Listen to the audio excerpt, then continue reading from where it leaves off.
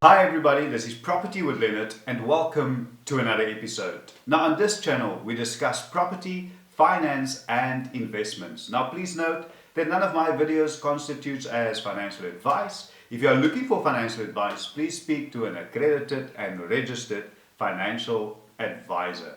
Now today I'm going to be sharing with you the lifetime benefits of buying young and with specific reference to real estate.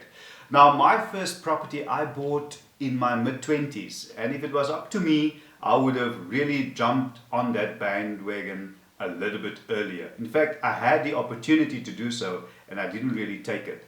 Now, just on that point, I have another channel. It's a motivational channel called Life with Leonard, and on that channel, I did an episode that I will strongly advise specifically those of you in your 20s, or 30s or 40s doesn't really matter.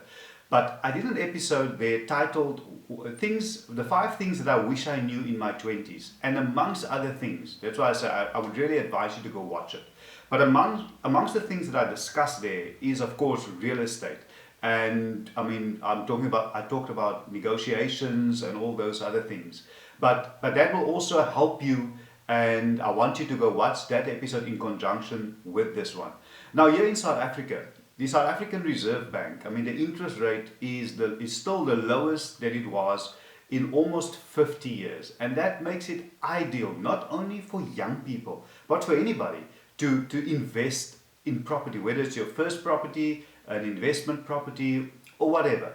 And specifically, if you do the sums, your monthly bond repayment, your mortgage repayment, in many cases would be less than your monthly rent. So it goes without saying that it would be ideal for you to rather go and invest in property.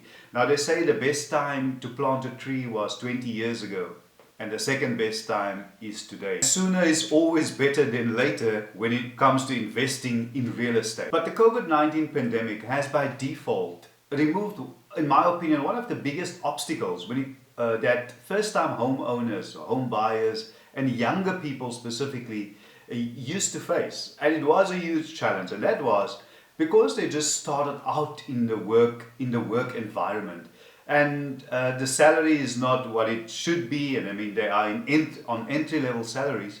And the challenge was that they needed to stay closer to work. But with corporates being more acceptable to working remotely, that really completely discarded that challenge that people used to have. And that means you don't have to stay close to work because, it's self-explanatory. Internet is everywhere. As long as you have a good internet connection, you can work from anywhere. So that also opens up the market for you as a young person to get your foot into the market. And in all price brackets, specifically in South Africa, you really get very, very good value for money because of the low interest rates. And price growth has been outpaced by salary growth for the past couple of years. And this is evident of the fact that the average age of first-time homeowners have dropped quite significantly over the past year here in South Africa, from March 2020 to more or less where we are right now. It used to be about 37 before lockdown last year to about 34, the average age of first-time homeowners. And that is quite a significant drop. I know for you it might be just 3 years, but on average it's quite a significant drop. That goes without saying that younger people realize the benefits of firstly buying earlier and younger. Think about it. If you buy your first property in your mid-20s, you pay it off for 20 years, 20-year bond.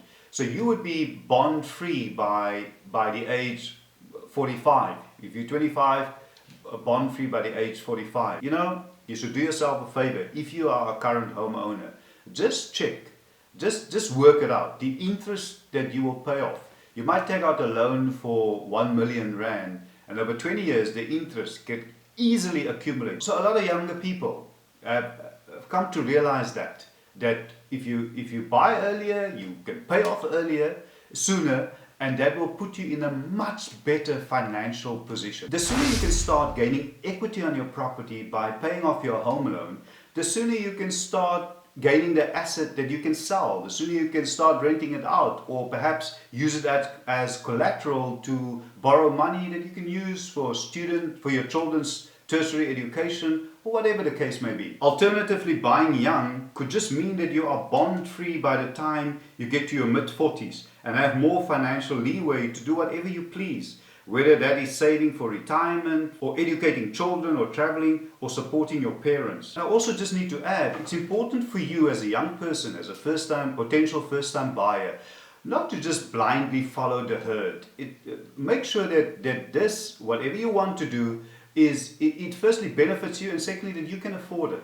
And I've done a couple of episodes on the advice for first-time homeowners on this channel, and I'll leave the link to those episodes in the description below. I talk about the additional cost when buying a property. So you need to properly budget for this. Don't just blindly go into it. You need to be prepared. You need to make sure that you've done your bit. You've done your planning. You are completely aware of what you're getting yourself into, because you don't want to get to a point where you're buying a property and eventually you can't afford it, you're losing it out, and it affects your credit record, it affects a lot of other things, and then when you are ready in a year or two, you might not be able to because of the bad decisions that you have made. So that's what I'm saying. Firstly, do you have a deposit? Save for a deposit if you can. I know banks are more lenient, specifically for first-time homeowners, first-time buyers like you,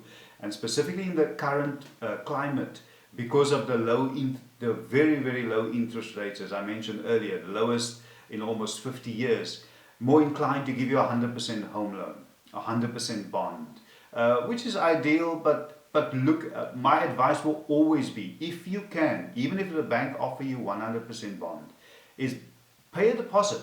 If you can, 10%, 5%, 20%, doesn't really matter. And also the additional transfer costs and bond registration costs that you also need to take into consideration. And first-time home buyers are often surprised at how much it really costs to run a home, because they've been renting previously and most of these costs have been carried by their landlords. And I talk about costs like short-term insurance, homeowners insurance and bond insurance, for example, as well as property taxes, levies if you are living in a sectional title complex or an estate, and any repairs and maintenance, as you will now be your own landlord. So you need to ask yourself, will you be able to afford this every month comfortably without being worried or stressed? Because I mean, there's no fun in home ownership if you are worried or stressed at every end of the month. And obviously the other thing, ask yourself, will you still be able to maintain that emergency fund or your retirement savings? So there's a lot of other factors that you really need to take into consideration. And also, and this is just another bit of advice if you are young and considering buying and investing in your first property, and I mean this is a long-term investment, is that don't be fueled or driven by the fear of missing out. Look at your own personal circumstances, your own personal situation, because you know there are so many fluctuations. I mean, job losses are everywhere. Many a times, and I've heard that employers don't lay people off, but they will say, okay, you'll have to work less, and they adjust salaries.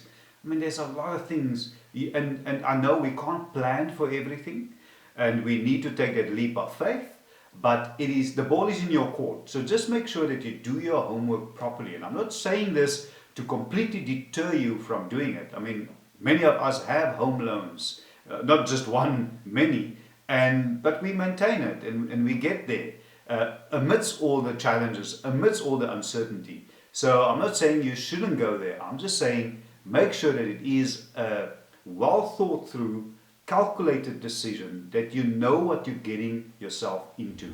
Thank you so much, everybody, for once again joining me on today's episode. And I sincerely hope that this episode was of value to you. I've shared with you my advice, and I'm really looking forward to, perhaps I've missed out on one or two things that you think I should have mentioned. Please mention it in the comment section below so that we can all see and learn from it. And yeah, please remember to subscribe to my channel, to like this video, to share it, and leave your comments in the comment section below. Thank you so much, and I will see you soon. Bye for now.